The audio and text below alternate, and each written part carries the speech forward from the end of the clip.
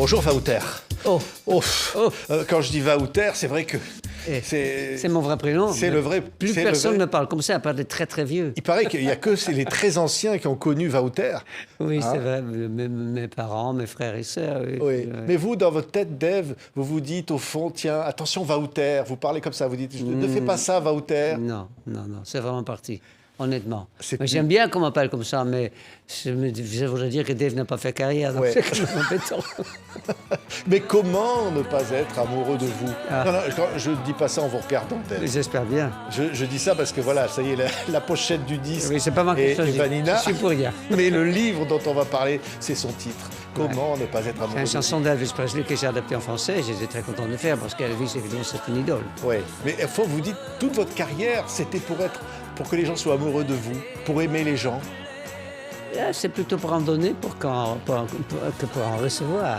C'est-à-dire que j'ai vite compris que, comme je dis dans le livre, t'as genre EFGH, émotion, folie, générosité et humour. Et la générosité sur scène, c'est très important. Il faut vraiment que les gens sentent que vous vous donnez en entier. Je trouve que c'est très important. Oui, quand on entend ça, écoutez, vous allez entendre le refrain de Vanina. Le secret, évidemment, c'est Runaway, une chanson de 1961. Et c'est Patrick Loiseau, l'amour de votre vie, Dave, qui va écrire ces paroles. Et c'est surtout l'idée des onomatopées sur le refrain. Ça, c'est pas notre idée. C'est un très célèbre preneur de son qui n'est plus là, malheureusement, qui s'appelle Bernard Astardi, qui a fait Claude François, qui a fait Johnny Hallyday, François Hardy, etc. Un petit studio extraordinaire. Et qui, lui, quand on a enregistré la chanson, a entendu ce solo à une espèce de synthé qui s'appelle Farfisa à l'époque, en disant « essaye de chanter là-dessus ». Oui, écoutez, ça fait ça.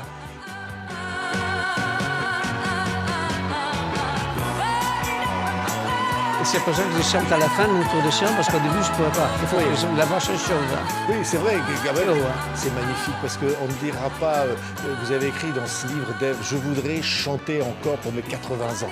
Eh ben oui, c'est pas loin. Hein. C'est pas la peine d'insister, mais c'est dans quelques mois, oui. Ouais. Oui, je voudrais même chanter pour mes 100 ans. Aznavour, il était presque, hein, il voulait faire ça aussi. Hein.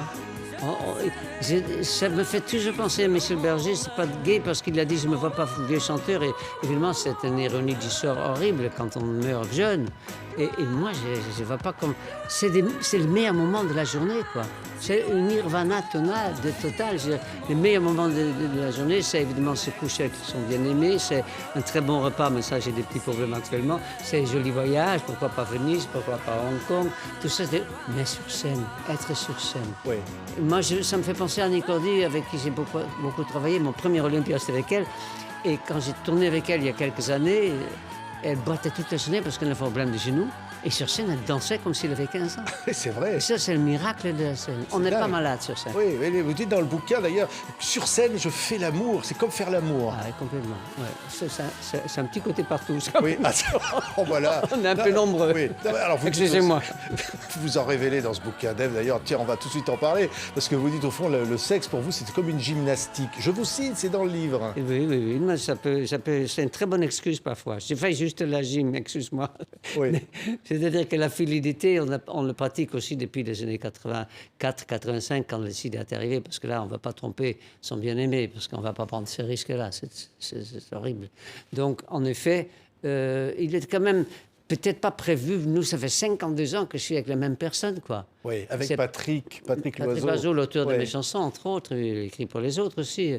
Mais c'est vrai que c'est extraordinaire de toujours être attiré par la même personne. Mais c'est vrai que de temps en temps, le chair est faible, évidemment. On va Oui. pas, peut-être parce qu'on est diffusé dans le monde entier. Je vais me Oui, taire. non, mais quand même, la chair est faible. Enfin, vous dites, enfin, vous avez aimé d'abord les hommes et les femmes, tout le monde. Ah oui, absolument. Ah oui, ça c'est pas très bien vu par les gens qui sont gays, comme on dit maintenant avec un Y. Mais c'est vrai que j'ai jamais fait tellement de différence. J'aurais pu tomber sur une Patricia et c'est devenu Patrick. C'est pas de ma faute. Oui. C'est Dieu qui a beaucoup d'humour. Oui, non, mais c'est magnifique, Dave. On va entendre plein de chansons comme ça dans cette émission. Je veux dire qu'on voit une pochette, premier disque. Alors, vous aviez des lunettes, vous ressembliez un peu à Buddy Holly ou Roy Orbison, Mais qui c'est sont pas si vos mal, idoles. hein? C'est mes Hein? idoles, oui, c'est vrai. Mais j'étais très myope, j'en savais rien. C'était une espèce de contrôle médical à l'école primaire, qu'on s'est rendu compte que le grand « et » qui est là, je ne voyais pas ce que c'était. Donc là, on s'est dit, il y a un petit problème quand même. Ah oui, oh là là, oui, cette Oui, photo-là. Dave Rich. Alors, il faut quand même le Ouais. dire tout de suite que Barclay, quand Il m'a il dit vous pas tout- signe... Dave, oui, riche, non, pas tout de suite. Voilà. Il n'avait pas tort, d'ailleurs. Ouais, Ça laissez fait 10 tomber disques ça. que c'est lui qui sont plantés, donc j'ai jamais été Ouais. riche avec lui. Alors, il y a quand même une chanson qui s'appelle Si je chante. Quand même, quand on débute quasiment dans la chanson, on chante Si je chante. Oui. Mais il y a déjà tout Dave, là. Hein. Ben, c'est-à-dire que je faisais mes propres textes, et c'est pas un grand texte peut-être, mais que je sens l'amour. Oh oui, ça doit. Ah oui, quand même. Bon, la voix peut-être un peu vieillie, mais c'est quand même moi, oui, c'est vrai. Oui. Mais quand j'ai rencontré Patrick Vazot, donc, et que lui a commencé à faire des textes, c'est quand même mieux, franchement. Ouais. Et puis il me connaît bien, donc c'est comme si c'était moi, sauf que c'est lui, quoi. Ça nous ramène dans ces années-là, la Hollande, les Pays-Bas. Alors, votre papa n'était pas là à votre naissance, il fuyait les nazis. Et oui, il était d'origine juive tout en étant converti au protestantisme, parce qu'il avait compris que Jésus était juif, donc il avait une bonne excuse. Et il s'est caché. Au début, on le laissait tranquille, parce que ma mère n'étant pas juive, il pouvait travailler. Et après, il fallait quand même qu'il se cache. Donc, il a clairement eu le temps de mettre ma mère enceinte, sinon je ne serais pas là aujourd'hui. Et après, il était caché. Donc, alors, je l'ai retrouvé après la guerre. Oui. Ouais, un père un peu snob. Pas, oui. Oui, c'est assez snob, oui. Mais une maman très belle et c'est ça qui... Ah oui, oui, oui. Et puis ma mère est artiste, donc c'est-à-dire que ma mère est une danseuse classique et après un prof de danse, d'ailleurs j'ai même été dans ses cours, mais elle m'a dit non, va jouer au foot, t'es pas fait pour danser. Elle m'a même dit que je chantais aussi bien que je dansais mal. Ce qui veut vraiment dire que je chante bien parce que je danse très mal. Ça, ce qui est magnifique, voilà. Alors, banlieue chic d'Amsterdam, Ouais. vous grandissez là. Alors, la première fois, vous vous retrouvez sur scène, hein, c'est à l'école primaire, et vous chantez Le piano du pauvre. Ouais. Vous en souvenez de ça? Oui, très bien, évidemment. Ça disait quoi, Le piano du pauvre? Mais je ne comprenais pas ce que je chantais. Mais j'ai même demandé à mon père ce que c'était et il m'a expliqué que c'était un accordéon. Je n'en savais rien. Je croyais que j'étais un pauvre qui avait un piano. Je Oui. comprenais Chanson quelques interprétée mots. par Catherine Sauvage, créée par Léo Léo Ferré, oui, Oui. exactement. Oui. Et ça m'a fait beaucoup de bien, parce que mon père avait habité du côté de Montpellier, parce qu'il était dans sa famille, il y avait beaucoup d'avocats, mais il y avait aussi une branche qui faisait dans le cuir. Il paraît qu'il y a des usines de cuir du côté de Montpellier, je n'en sais rien. Il avait été aussi en Allemagne, évidemment, avant la période nazie, pour son boulot, et puis il a fini prof d'anglais. Donc, Oui. voilà. Oui. Alors, vous allez, alors, premier groupe, ça va s'appeler Les Millionnaires. Oui, parce que moi, C'est très bon signe, ça. Hein, Ben, pour un homme qui s'appelle Dave Rich. Oui, ben voilà, moi je Hein? me suis appelé Dave Rich, et c'est pour ça qu'on a nommé les musiciens les millionnaires. C'était sympa, hein, j'aimais bien. Oui. Et alors, un jour, votre père épouse la bonne. C'est chose qui arrive. Hein, papa a Chanson épousé de la Dali. bonne. Oui, non, mais ça, c'est en vrai. Ouais, Et c'est vous bien. dites dans le livre que vous... Attendez, non, je suis obligé de le dire, c'est dans le livre, que vous caressiez les fesses de la bonne. Plutôt les seins, je voulais dire. Je trouve ça très beau. Je crois que mes premières émotions, c'était un livre sur des statues de Rodin. Et c'est marrant parce que j'habitais pendant longtemps rue Cognac-G à Paris, rue, pas Cognac-G, pardon, c'est la télé qui me fout dedans, rue Barbajoui, et c'était à côté du musée Rodin, et ces statues d'une baigneuse comme ça, nue avec ses seins, ces jolies galbes, ses seins, ça m'avait beaucoup excité. Moi, j'avais 14 ans. Hein. Oui. Alors, Vous me êtes, pardonnez maintenant, oui. j'espère. Non, mais ça va. Alors, vous êtes un peu fou parce que voilà, vous allez vous mettre à travailler pour les bateaux-mouches à Amsterdam. Et puis, du coup, vous achetez un bateau. Un vieux ravio. Hein, Ouais, vous partez à l'aventure. Ouais. Hein? On est parti parce que j'avais sur le bateau, il y avait un autre guide. Il y avait beaucoup de filles et c'est juste ce garçon, donc j'étais très amoureux, mais qui n'était absolument pas intéressé dans les garçons. Mais on a quand même parti ensemble et on a voulu aller vers la Turquie. Donc on est parti en hiver et on a demandé à l'équivalent du Touring Club de Hollande si on pouvait aller d'Amsterdam à Marseille. On nous a dit non. Eh bien, c'est oui, parce que je l'ai fait. On peut faire des canals en fleuve, en rivière, jusqu'en canal. On arrive à Port-de-Bouc et à côté de Marseille. Ouais. Et c'est extraordinaire comme voyage. La cigarette qui me brûle les doigts. Vous vous souvenez de ça? Ah oui, ça, s'il y avait une guitare, je peux vous le chanter. Hein. C'est vrai, vous pouvez me le redonner, mais on a la chanson là. Ce que je sens, c'est la... cigarette qui brûle mes doigts, mais qui ne me fait pas aussi mal que le mal de toi. Pas mal, franchement. Oui. C'est une rare chanson que j'écris dont je suis fier, en fait. Ah oui. Parce que c'est pas vraiment mon métier. Et même quand je chante chez moi, il suffit que quelqu'un de passe moi le chandelier pour que l'ambiance est foutue. Oui. Et vous allez vous retrouver en France à faire la manche, à chanter dans la rue. Vous chantez devant les Quel beau crêperies. métier, Quel beau métier. Vous chantez, alors c'est à Marseille, Paris. Saint-Tropez l'été.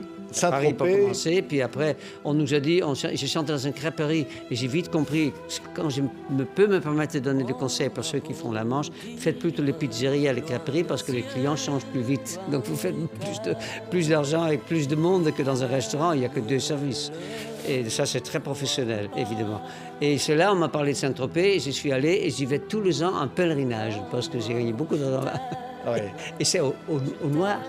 C'est ça. Le fisc ne sait pas. Et là, vous rencontrez l'amour de votre vie, donc Patrick Loiseau, qui fait des pochettes, qui dessine des pochettes pour Dalida, pour Daniel Guichard.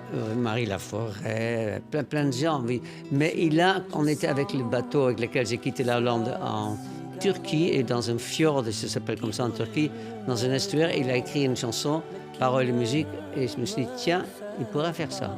Et donc, quand on m'a proposé Sugar Baby Love de Rubens, c'était un garçon très connu à l'époque, s'appelle Yves Desca, qui a fait le texte qui n'était pas bien, et j'ai dit, vas-y, fais-le. Et les jours après, j'ai enregistré Sugar Baby Love, En français trop beau, et puis Vanina, et puis tout le reste, c'est Patrick Loiseau. Tout est arrivé. Et pendant le confinement, moi, j'avais pas de boulot. Mais les droits d'auteur, ça continue. Donc, je vais rester avec lui. C'est une bonne clair. raison. Non, mais là, on va l'entendre, évidemment. Trop beau, Sugar Baby Love, hein, votre version qui cartonne. Il faut quand même dire qu'avant, vous aviez fait 8 disques chez Barclay, 0. Vous ne vendiez rien. Eh oui. Et un jour, vous changez de maison de disques, et là, Barclay, il arrive un matin, et qu'est-ce qu'il dit Il dit le lundi matin à la réunion, ça y est, on est arrivé avec les petits devs. Et personne, moi, je lui dis, oui, on est arrivé, mais pas nous, c'est pas chez nous, c'est dans une autre maison. Il a changé de maison. Oui. Il a changé de maison. Pas de chance. Ouais, Mais il m'en a pas voulu. Ouais, mais parce qu'il vous avait entendu Barclay un jour, vous chantiez comme ça, dans le studio d'à côté, il a ouvert la porte brusquement, et il a dit, qui c'est qui chante? Oui, et il dit, je vous signe. Et moi, j'ai dit, ça fait 6 000 francs. Ça, c'est très hollandais. Hein. Oui. Tout de suite, l'argent. C'est comme on nous appelle en Italie. Niente lire, NL. Néderlande, mais c'est niente lire. On est un peu radin. On n'a pas des Écossais, mais quand même. Ouais, et là, écoutez, cette chanson va changer la vie de ce monsieur que j'ai en face de moi. Regardez, écoutez. Dans ce monde fou.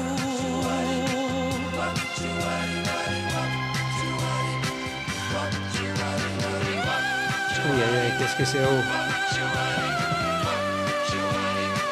Et là, c'est parti. Là, c'est Ça devient dingue ce qui vous arrive là à ce moment-là. Vous partez en tournée avec Michel Delpech. Ah oui, c'est vrai. Des souvenirs. Oui, c'est formidable. Toute tournée d'été que j'ai fait 3 fois pour une radio assez connue qui faisait des tournées d'été qu'on ne fait plus maintenant. Il y en avait plusieurs. Il y avait RMC, il y avait Europe 1, ça, qui faisait des tournées d'été avec un grand podium tout le soir devant de 5 à 15 000 personnes parce que c'était gratuit. Et j'ai encore constaté aujourd'hui que quand les spectacles sont gratuits, il y a plus de monde que quand c'est payant. Je ne sais pas Par pourquoi. hasard. Je ne comprends pas. Est-ce par hasard, comme dirait la chanson? Ça, c'est une belle chose. Ah, c'est une belle chanson. Et alors, il faut dire que vous en vouliez, parce que vous racontez dans le bouquin qu'à un moment vous avez rencontré Mick Mitchell, qui était une chanteuse un peu connue. Vous étiez prêt à coucher avec pour y arriver. Arrive bien une messe. Oui. C'est bien ce dicton. Non, c'est Et vrai vous que n'y arrivez pas du coup, parce que bon, voilà. Non, elle n'aimait pas beaucoup le garçon. Mais, C'est pour ça.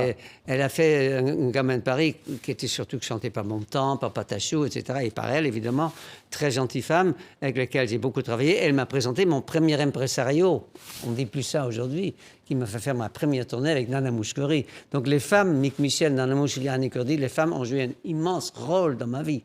Et je leur remercie. Ouais. Alors les tournées sont folles. À un moment, vous passez dans un camp de nudistes.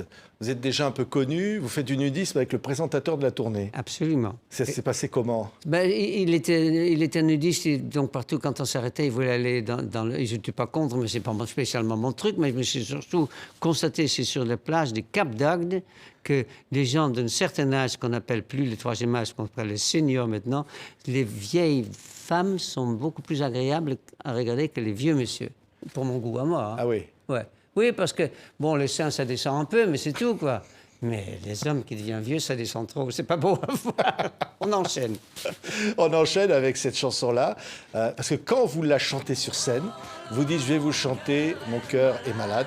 Et le public vous répond « Non, ne la chante pas », parce qu'en fait, Eh oui. Vous dites, j'aurais aimé ne pas avoir à la chanter, parce que c'est vrai que votre cœur, à un moment donné, est tombé malade. Oui, j'étais ponté, comme on dit. J'étais ponté. Le premier ponté que je connaissais, c'était Adamo. Et donc, ça se passe très bien.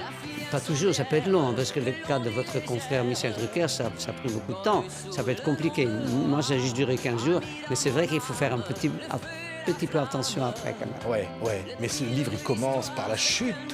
Terrible, vous tombez. Ah, ça, Et c'est... là, vous vous retrouvez dans le coma. Ah, ça, c'est pas pareil. Oui, c'est terrible. Il y a 20 000 accidents par an, je me suis renseigné, des gens qui tombent dans l'escalier. Donc ça, faites très attention quand vous montez ou descendez l'escalier. Tenez-vous bien. Moi, je n'avais pas de barrière, comment on appelle ça, le truc pour se tenir, une barrière, non, un barrage, c'est pas ça. Un truc le long de l'escalier, il n'y avait rien. Je tombe en arrière et je me souviens de rien. Je me souviens des séquelles, par avant. Je pense que Oui. c'est pas fini. Non mais attendez, vous dites que quand vous commencez à vous réveiller, vous pensez à des scènes porno. Ah, ça, c'est encore dans le bouquin. Ah, oui. Bon, mais entre ce qu'il y a dans le bouquin et ce qu'on peut dire sur une émission. Dans une Non mais vous émission- avez l'impression que des gens copulent au pied du lit. Et alors le médecin, il se dit, il va pas bien. Hein. J'étais pas trop surpris, il paraît que ça arrive très souvent. C'est-à-dire que quand on a 4 jours sans savoir ce qui se passe, il paraît qu'on va vers l'essentiel. Et l'essentiel, c'est aussi le sexe. Pas que, mais c'est aussi important. Donc on dit des choses un peu étranges, Ouais. que je ne pourrais pas répéter. C'est ça, hein. Vous faites tout. Alors vous avez quand même avoué, vous allez un peu à la drogue aussi. Ça passe par là, Dave. Vous avez un peu tout hollandais. essayé. Oh oui, j'ai tout essayé, mais j'en ai jamais acheté. Donc ça prouve ou si je suis très radin, ou je ne suis pas si branché que ça. Non, tout le monde a fumé des petits joints au lycée, ça n'a pas changé. Mais je trouve ça... J'aime pas trop perdre le contrôle de moi-même. Je me souviens un jour, je chantais du côté de Belém, c'était au Brésil, et je me suis rendu compte que vraiment, non, il faut arrêter. Oui, mais il y avait quand même pas mal de drogue dans le showbiz. On a dit plus tard Jodassin, on a dit des gens comme ça. Oui, mais j'en ai pas fait trop partie. À part les joints, même ça, ne faites pas ça. Hein? Ouais. Mais on le savait dans le showbiz que... Oui, ben oui. Ouais, ben oui. ça se savait. Il n'y a pas que dans le showbiz, dans la politique aussi, il y en a. Je peux vous donner des noms. Je ne le ferai pas. Ah bon, on attend les noms, Dave. Vous dites dans le bouquin, je parle trop. C'est vrai. Alors allez-y, Dave. Quand on parle trop, on dit des conneries, c'est inévitable. Donc, Vous racontez des conneries un jour avec Johnny. Vous dites une connerie. Oh, c'était pas très méchant. Je ne la citerai pas, mais je crois quand même dans le livre, non, j'ai pas donné son nom quand même. Il y a une actrice et Johnny entame une phrase pour lui dire bonjour, et elle dit « Vous êtes toujours », et moi, je enchaîne avec « au même prix ». Alors évidemment, la pauvre, c'était pas une pute, quoi, comme on dit en bon français. Mais il est tellement riche qu'il a glissé sous la table, et ce que je retiens surtout, c'est qu'il a dit ça qu'il faut que je le raconte à Sylvie. Et il n'était plus avec elle depuis longtemps, donc ça veut dire qu'il était encore dans sa tête. Ah oui. Et il m'a raconté cette histoire il n'y a même pas 5 ans. Donc, il s'en souvenait parce que c'était vieux. Hein. Il me l'a raconté. Non, en fait, il l'a raconté à Didier Barbelivien, qui est un auteur. Et j'ai dit, il se souvient de ça, quoi. Quand il était beaucoup moins bête qu'on disait. Hein. Il a une très bonne mémoire. Et c'est vrai que c'est des bêtises. J'ai dit beaucoup de bêtises. Ouais, beaucoup. Mais non, mais c'est tellement agréable aussi. Quand vous commentiez le concours Eurovision de la chanson avec Marc-Olivier Fogiel, votre grand pote. Oui, c'est vraiment un frère, mais on a dit des choses qu'on a fait 2 années, puis on nous a virés quand même. Ouais. On parlait trop. Si vous aviez vu Lazara faire un doigt d'honneur, ça vous aurait donné envie de faire des commentaires. Il faut se retenir. Ouais. Vous dites pas de bêtises, vous? Je ne sais pas. Hein. Mais non, vous me faites parler. Oui, je vous fais parler. C'est votre métier. Ouais. D'ailleurs, pendant qu'on parle, on va écouter Danser maintenant. J'adore. C'est musique de Glenn Miller. Ouais. Gros succès encore, avec des belles paroles de Patrick Loiseau. Ouais. Donc, C'est- le plus grand tube aux Pays-Bas, ça. Ouais. Aux Pays-Bas, un carton. Ouais. Hein, c'est magnifique de chanter ça. Écoutez. Dansez maintenant et jetez vos ennuis dans le vin. Ouais, je vois la pochette. C'est vrai que jeter vos ennuis dans les vagues, Ouais, t'as danse. raison. C'est un peu ça le rôle des artistes. Aussi. Ouais. Et je commence, depuis que j'ai fait cette chanson, je crois que c'était en 76, en 76 en Wallonie, je crois que je vais commencer avec cette chanson le 21 mai au Rex à Paris. Si vous êtes à Paris, vous Ouais, allez... grande soirée attendue le 21 Au fait, mai mais- 2024.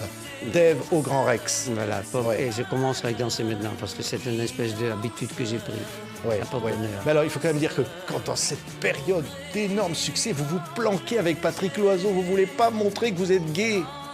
Ah ben c'est vrai, j'avais pas de raison de le cacher, ça intéressait personne. Oui, C'est-à-dire qu'il- mais les gens vous pensaient que vous étiez un chanteur à minette, les filles attendaient devant la porte. Bon, on va aller pas trop loin là-dedans, mais si on peut dire dedans. Mais disons que à l'époque, j'ai vu il y a quelques semaines la une, comme on dit, la couverture d'un journal avec Muriel Robin avec son épouse. Et j'ai dit, donc maintenant, c'est possible. À l'époque, il n'y en avait pas question. C'est-à-dire que de savoir que deux hommes ou deux garçons peuvent vivre ensemble, ça n'intéressait pas les journalistes parce que ça ne fait pas, comme on dit dans ce jargon, vendre du papier. Donc, comme le journal, il faut quand même le vendre, ou l'hebdomadaire, ou au mensuel, parler de ça ne se faisait pas vendre. Donc, c'est pour ça que j'en parlais pas. Oui. Moi, je n'ai jamais rien caché. Hein. Oui, mais Patrick Loiseau n'était pas invité avec vous sur des plateaux de télé, chez Drucker, ça n'aurait pas été possible. Vous dites ça dans le bouquin. Oui, c'est-à-dire que j'ai un souvenir pour qui veut gagner des millions, je voulais le faire avec lui, on me dit non, c'est pas possible. Deux garçons, c'est pas possible. Aujourd'hui, peut-être qu'il y a Ouais. des progrès, j'en sais rien. Mais c'est pas important. C'est que dire, on ne va pas demander à Eddie Mitchell ou je sais pas quel chanteur avec qui il vit. Donc pourquoi on parlera du fait que moi je suis avec un garçon? Ça s'appelle la vie privée. Privée Ouais. de tout d'ailleurs, comme dirait Muriel Robin dans un sketch. Ouais, vous faites l'Olympia en vedette. Alors, il y avait Gene Manson, il y avait les Martin Circus, il y avait évidemment Dave, vous étiez la star, et en petit artiste, il y avait Francis Cabrel, qui C'est vrai. débutait. Oui, en lever de rideau, comme on disait à l'époque. Ouais. C'est-à-dire qu'on était dans la même maison de disques, on avait les mêmes directeurs artistiques. Il avait sorti un album formidable, d'ailleurs, qui s'appelle Le Mur de Poussière, mais qui n'avait pas très bien marché. Il était en route pour un nouvel album où là, il a fait Je l'aime à mourir, qui évidemment était un énorme succès, mais là, il n'en avait pas encore eu. Et donc, Jean-Jacques Soufflet, qui était notre directeur artistique, que je l'aime bien citer parce qu'il n'est plus là, et ça le fait exister un petit peu, m'a demandé si je voulais bien le prendre. Et moi, je trouvais ça formidable ce qu'il faisait. Et c'était formidable. Mais comme il est encore un peu timide, il ne regardait pas du tout la salle, il regardait par terre, mais il a pourtant des beaux yeux bleus. Et quand il a vendu quelques millions de disques, il a levé la tête quand même. Oui. Il commence à être plus sûr de lui. On va entendre un de vos plus gros succès, magnifique évidemment. C'est Marcel Proust qui inspire du côté de chez Swan. Et cette chanson-là, c'est un peu comme d'ailleurs la première. Quand vous avez voulu adapter Sugar Baby Love, l'éditeur anglais vous a dit ça ne marchera jamais. Et là... On se trompait. ouais. Là, c'est moi qui ne croyais pas beaucoup, parce que je dis quand même du côté de chez Swan, je ne sais pas pour la clientèle populaire qu'on a des jeunes minettes, est-ce qu'ils connaissent Proust, etc. D'ailleurs, il me souvient d'avoir signé un autographe avec quelqu'un qui me dit mais pourquoi il faut chanter cette charcuterie, quoi, et que Swan est une charcuterie, une charcuterie de je sais pas de quoi. Donc tout le monde ne connaissait pas Proust. Et moi, j'ai même signé des livres de poche de Proust, donc j'ai fait vendre Proust. Oui. Quelle fonction Oui, importante. mais c'est magnifique de faire entrer Proust dans le hit parade. Ah oui, je trouve aussi. Et là, c'est la première fois que la radio, qui s'appelle France Inter, a commencé à passer le disque parce qu'il y avait Proust. Oui. C'est mignon. Non mais vous dites même au bouquin, vous dites on me prenait pour un idiot. Et moi je pouvais citer Dostoïevski, Tolstoï. Oui, parce qu'il y a des sketchs où on fait toujours passer un chanteur pour minette, pour un genre, un mec qui ne sait même pas faire un signe d'autographe, il signe avec une croix. Quoi. C'était l'idée que les gens avaient des chanteurs, quoi, qu'on était obligatoirement idiots. Pas plus que dans d'autres métiers. Peut-être pas moi non plus, mais pas plus. Oui, mais vous étiez passionné par ça, par les lectures, Ah, j'ai toujours la adoré. littérature. Ouais, c'est vrai. J'ai toujours adoré lire, oui, c'est vrai. Mais moi, je me souviens quand j'avais fait... j'ai joué avec George Wilson, avait mis en scène Ubu Roi à Alfred-Jarry, avec Alain Prucknal dans le rôle de la mère Ubu. Et après ça, je suis allé faire de la promo, comme on disait, à Marseille. Et on m'a fait attendre genre 3/4 d'heure parce que pour eux, j'étais un petit minet qui chantait. Et quand j'ai dit que je venais du Festival d'Avignon, ils se sont excusés. Parce que l'acteur, oh pardon, tandis que le petit Oui. chanteur, même en faisant de 40 000 disques par jour, c'était pas très important. Ah oui, alors vous faisiez Ubu Roi au Festival d'Avignon et puis Vanina à la Ah, oui. télévision. Ouais. Et alors vous faites Goldspell, cette comédie musicale où vous rencontrez, alors vous le dites, c'est mon frère. Oui, C'est Daniel Auteuil. ouais, c'est vrai. On a joué genre 700 représentations par ce spectacle, qui était un formidable spectacle. Moi qui voulais devenir pasteur, c'était basé sur l'Évangile selon saint Matthieu, c'était bien. Je croyais qu'il n'y avait pas beaucoup de croyants sur la scène, mais c'était bien quand même. Et ça a duré très très longtemps. Il y avait Armand Altaï, que les gens ont connu après. Et il y avait d'autres. Il y avait les garçons qui chantaient Chagrin d'amour, Grégory Ken. Il y a des gens qui ont fait carrière après ça. Et Daniel, au moment qu'on allait se mettre au théâtre de la Porte ce matin, on a décidé de se mettre dans la même loge. Donc c'est comme si on avait habité ensemble pendant quasiment 2 ans. Ça crée des liens. Oui, ouais. Et vous vous rencontrez, on voit voilà, que la vie me pardonne. Il s'est mis à la chanson aussi chez Tréma, Daniel Auteuil. Oui, aujourd'hui, il a fait 2 albums. Et 2 albums. Et puis, donc voilà, 2 parcours. Et à un moment donné, il devient l'acteur préféré des Français. Vous êtes une star de la chanson. Quel parcours, au fond, vous vous dites, les 2 copains, là? Oui, c'est vrai. Ça me fait toujours penser aux sorcières dans Macbeth de Shakespeare, qui décide un peu là-haut de ce qui se passe avec nous. Pour d'autres, c'est peut-être Dieu, on ne sait pas. Le hasard est l'ombre de Dieu. Ouais. On va entendre une chanson qui s'appelle Lettre à Hélène. Vous dites dans ce livre, cette chanson-là aurait dû être un très grand succès. Ah oui, c'est vrai. Elle est magnifique, on va la réentendre, et c'est vrai qu'elle est magnifique. Mais elle sort, on va d'abord l'écouter quelques instants. Écoutez la voix de Dave qui chante cette chanson. Elle a une histoire, cette chanson.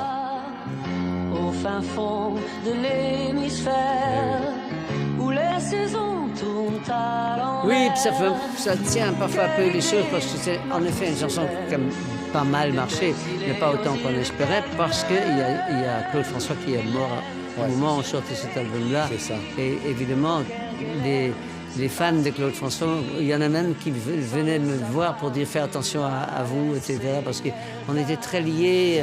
Il y avait son journal Podium, il me mettait sur la couverture à chaque fois, etc. Donc on avait un peu la même clientèle, quoi. Clientèle de minettes, justement. Oui, la même clientèle. Et c'est vrai, il disait de vous que vous étiez moche. Oui, Ah absolument. oui, non, mais... Mais Il c'est-à-dire n'était que... pas un peu jaloux, non, pas du tout Ben, il était assez commerçant pour se rendre compte que quelqu'un qui vend 42 disques par jour, même s'il est moche, il va peut-être s'en servir un tout petit peu. Mais après, quand vous avez eu du succès, il vous a trouvé beau après. Oui, très beau. Après Vanina, vous étiez devenu beau. Oui, exactement. Il était un peu comme ça, Claude. Mais non, mais c'est peut-être vrai. C'est-à-dire que le succès peut vous embellir. C'est possible. Regardez Francis Cabrel, parce qu'il était moche. Mais quand il a changé, quand tout d'un coup, on s'occupe de vous, le coiffeur, le maquilleur, puis on se lève la tête, puis on regarde. Oui. On est plus sûr de soi aussi. Et c'est tout- Mais vous aviez du succès auprès des filles. Hein. On voit toutes les nanas, vous étiez fiancés. Tous les 2 jours, il y en avait une nouvelle à la une de Podium. Hein. On voit derrière, là. Ah, ben oui. Ah, vous en avez eu des amoureuses. Hein. Oh là oui. Hein C'était Ça fait des souvenirs. que du bidon, hein, que du bidon, Dave. Oh, Hein pas toutes. Ah bon? Ouais, parce qu'on se dit, alors là, vraiment. À un moment, il paraît que vous étiez à 3, vous viviez à 3, l'amour à 3. Oui, c'était après avoir un film de une dame qui s'appelle Serrault. Elle avait fait un film où il y avait un couple et un troisième, etc. Oui. Et c'était avec Samy Frey, je me souviens de ce film-là. Et puis ça nous est arrivé aussi. Mais c'est pas facile, c'est un peu comme aux Pays-Bas. Vous viviez à 3 mecs Oui, à la oui. maison. Et je compare ça un peu parce que quand on part en Hollande, on fait tous du vélo. Et comme on n'a pas le droit d'être à 3 vélos l'un à côté de l'autre, il y en a un qui est derrière. Donc c'est un peu comme ça. Il y en a un qui se sent un petit peu négligé, quoi. Ah ouais, donc il y en a un qui est Bien parti. s'occuper. Et vous vous êtes retrouvés à 2. C'est des choses qui C'est arrivent. pas plus mal. Ouais. Vous allez tout vous raconter ma vie privée. Ah non, mais c'est ça. Gardez un peu pour mais le livre. regardez, mais je vous le montre parce que tout ça, c'est là-dedans. Hein. Attention, Oui, je oui, n'invente alors- rien. Talent édition, voilà, bien, Ouais. bien nommé. Je vous ai bien dit que non seulement je parle trop, j'écris trop. Oui, mais je voudrais revenir une seule seconde sur Claude François. Oui, vous dites il était cynique, il pouvait être drôle, mais oui. on ne pouvait pas en placer une. Il était très particulier quand même. Bon, il y a beaucoup. Disons que par définition, la plupart des artistes, des chanteurs et peut-être même les acteurs, ils ont une forme de narcissisme que je revends, que j'ai aussi. Donc c'est vrai que quand on dîne avec Claude, c'était pas facile de prendre la parole. Mais comme ce qu'il racontait était très intéressant, on s'en plaignait pas. Puis on le regardait comme avec une forme d'admiration parce que c'était une réussite exceptionnelle. Surtout comme c'est un grand batteur, il dansait en chantant, ce qui n'est pas évident. Et puis il avait des sociétés, des journaux qui marchaient bien. Donc, mais c'est vrai que disons, quand on a rendez-vous avec lui, il ne fallait pas être à l'heure parce que lui arrive avec 2 heures de retard, ça c'est sûr. Oui, Personne oui. n'est parfait. Mais il n'était pas aussi insupportable que parfois on le dit. Ben, moi, je ne l'ai pas connu comme ça, mais il paraît qu'il avait avec le musicien, c'était pas un patron Ça, vous l'avez facile. vu, ça, on vous l'a dit. Ça. Oui, j'ai eu des musiciens qui ont été virés par lui, donc je sais. Mais on ne va pas dire, comme il y a en latin, sans vouloir passer pour trop pedant, de moribus nil bene, ça veut dire on ne dit pas de mal des gens qui sont morts et qui peuvent plus se défendre. Mais c'est d'autant plus que malheureusement, il arrive ce très grave accident dans lequel il meurt, vous recevez un coup de fil de Bourterre, je crois, et vous vous rendez au domicile juste après que le drame vient d'arriver. Oui, je trouve ça un peu trop, mais Jean-Pierre Bourterre est un compositeur d'immense talent, comme son père Henri Bourterre. Ils ont fait beaucoup de succès tous les deux. Et entre autres, Jean-Pierre Bourterre pour Claude François, mais pas que. Et donc, quand il m'a téléphoné, il m'a dit, viens dire adieu à Claude François. Et j'ai dit, ça ne peut pas se refuser. Et quand je suis arrivé, j'étais très gêné quand même, parce que c'était lourd. Et il y avait sa mère qui hurlait de douleur. Donc, tu te dis, qu'est-ce que je fais là? Puis il y avait surtout Elle sa disait, femme. c'est pas vrai, c'est pas vrai. Oui, c'est ça. Oui. Et il y avait sa femme, Kathleen, très belle femme, qui me regardait, à juste titre d'ailleurs, avec « Qu'est-ce que tu fais là, toi ?» Elle vous fusillait du regard. Ah, exactement. Oui. Ouais, je comprenais. Hein. Mais c'est vrai que c'est pas très agréable de voir quelqu'un sur son lit de mort. Hein. Mais enfin, aujourd'hui, je pense que j'aurais été un grand producteur de télé. Ouais. Donc, Mais pas de doute sur les circonstances de sa mort, malgré tout ce qu'on a pu raconter après. Vous y avez été témoin des choses. Non, c'est un vrai accident idiot, quoi. Vous savez, moi, il y a 15 mois, j'ai fait un faux pas. Et j'avais quelqu'un avec qui j'ai beaucoup travaillé, qui est un journaliste belge très connu, même à Paris, qui a beaucoup travaillé à Paris, qui s'appelle Gilles Verland. Il est tombé comme moi, il est mort en bas de l'escalier. Donc, ça peut arriver, des accidents, on n'a pas le privilège de les éviter, même si on est très sévère. Il est vraiment mort, électrocuté dans sa baignoire. Complètement, oui, complètement. Ça peut arriver, hein. Ça peut arriver. C'est pas drôle. Ouais. La décision. Une chanson qui tranche un peu dans le répertoire. Oui, et voilà. C'est aussi ça, aussi, Dave. C'est cette force-là. Classique. Ouais. C'est du Brahms. Ouais. Et ce qui est très étonnant, c'est que c'est probablement le plus grand succès des scènes. Parce que c'est vocal, c'est spectaculaire un peu, le texte est important. Et les gens c'est là où les gens sont debout, quoi. C'est en vieux français, un standing ovation. C'est très vieux français. Ouais. J'adore chanter cette chanson. Ça, c'est au fond le Dave Lovenbach, c'est le Dave. Oui, c'est Wouter. Bravo, vous avez bon souvenir, bonne mémoire, Wouter. C'est-à-dire que. C'est pas le personnage, quoi, c'est le vrai. C'est-à-dire que le dimanche soir, quand on dînait avec mes parents et mes deux frères et ma sœur, il y avait la musique classique derrière nous. Donc Brahms, c'était vraiment, donc pour moi, ça me parle vraiment, quoi. Je fais un disque de musique classique aussi. Donc sur scène, je peux au moins en faire une, quoi, que j'aime bien. Écoutez ça.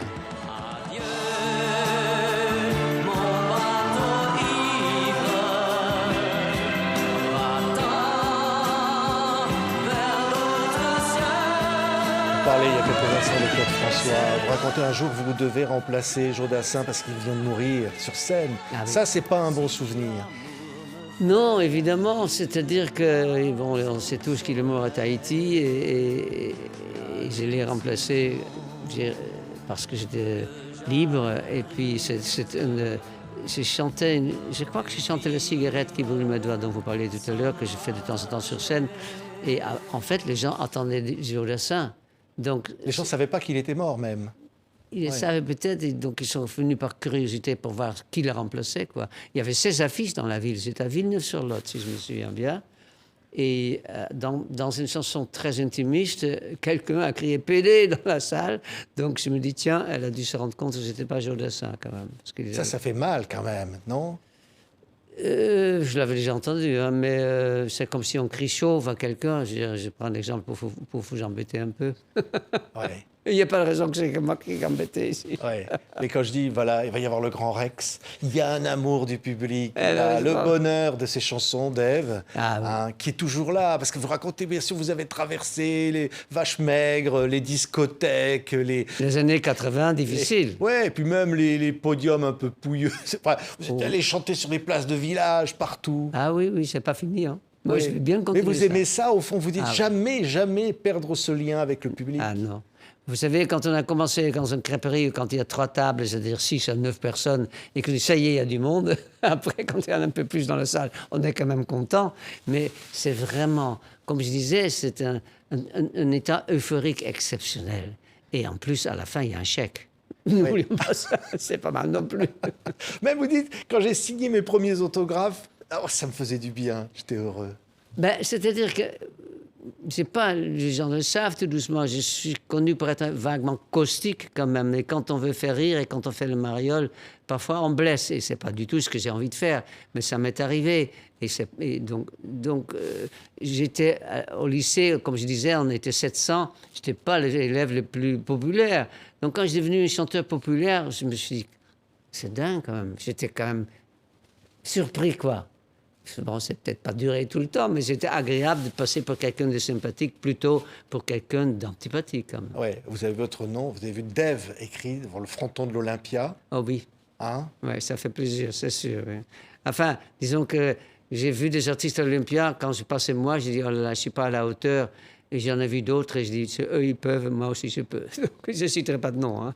Ouais, ouais. Il y a du tout. Moi, je me souviens d'avoir vu Diane Dufresne, je ne sais pas si vous venez de Diane Dufresne. Oui, sur québécoise, scène. formidable. Extraordinaire Ouais. sur scène. Et c'est un exemple de quelqu'un que j'ai vu, et j'ai dit, oh là, je n'ai pas la folie comme elle, je ne suis pas encore prêt pour faire l'Olympia. Et je l'ai fait 15 jours après, donc il fallait quand même le faire. Je m'en suis sorti. Ouais. Quelle est la chanson qui compte le plus pour vous dans votre répertoire ou la chanson, je ne sais pas, Oui, quelque chose de plus important? Je pense quand même que le plaisir purement narcissique, c'est probablement la décision dont vous parliez de Brahms, parce que le public elle a tellement, je dirais presque surpris et heureux et épaté que ça fait plaisir quand même de surprendre. Parce que je dis souvent, comme ça fait 52 ans que je vis en couple, on me demande parfois des conseils. Et je pense que le mot surprendre et le mot le donner, ce sont les deux mots qui sont importants dans un couple. Mais sur la scène, c'est la même chose. Il faut de l'émotion, de la folie, de la générosité et de l'humour. Mais il faut surtout surprendre. Et donc, quand un chanteur, tout d'un coup, qu'on connaît par Vanina, etc., qu'on aime bien, mais qui tout d'un coup chante un air classique et qui s'en sort, les gens sont contents. Et donc, moi aussi, je suis heureux, quoi. C'est des moments de bonheur. C'est important. Ouais. Merci beaucoup, Dave. Vanina, elle va comment? Elle est morte. Elle va bien? Elle est morte. Allez, ah non, alors on n'en parlera pas, mais on va se quitter avec elle. Mais ça, elle vous suivra partout quand même. Hein? C'est marrant parce que quand je parle de Vanina qui n'est plus là, ça me fait toujours penser à un dicton français que j'aime pas beaucoup quand on parle de quelqu'un qui est mort en disant il a disparu. Parce que tous ceux qui nous regardent et qui ont des grands-parents, des amis, des gens qu'ils aiment qui ne sont plus là, ils savent qu'ils sont dans leur cœur et dans la tête et qu'ils n'ont pas disparu. Ils ne sont plus là, mais ils n'ont pas disparu. C'est important. Oui, oui, mais la chanson là, elle est, je vais presque dire immortelle. Elle fait partie de la vie des gens, elle fait partie des souvenirs de tous. Il sera là après moi, parce que parfois on me demande qu'est-ce que tu penses laisser comme trace, et je réponds généralement que je ne suis pas un limace, donc je ne laisse pas de traces. Et s'il y aura une trace, ce sera une chanson, et pas moi. Non, mais on ne meurt jamais, un artiste ne meurt jamais, Dave. On laisse des traces, mais je sais pas, vous savez, l'autre jour, quelqu'un enfin, je sais pas, l'autre jour, il y a quelque temps, il y a Moustaki qui est venu me dire bonjour à une table, et en partant, les gens qui ne savaient pas trop qui était Moustaki, il y en a un qui dit, enfin, tu ne l'as pas reconnu, c'est Gérard Moustaki. Il s'appelait Georges. Ah oui. Donc, il y a quand même des choses qui passent avec le temps, il faut se méfier. Oui, enfin, Dave, c'est facile à retenir. Hein? Oui, bon, merci beaucoup. Je suis ravi de notre rencontre. Voilà. Pourvu que vous dites vrai. Comment ne pas être amoureux de vous? C'est le titre de ces mémoires magnifiques, tellement touchantes d'un artiste qu'on adore, chez Talent Édition. C'est le premier livre de mémoire de Dave. Et ouais, ben c'est l'occasion aussi de vous répondre, que le public vous réponde, nous aussi on t'aime. Merci beaucoup, Dave. Merci, merci.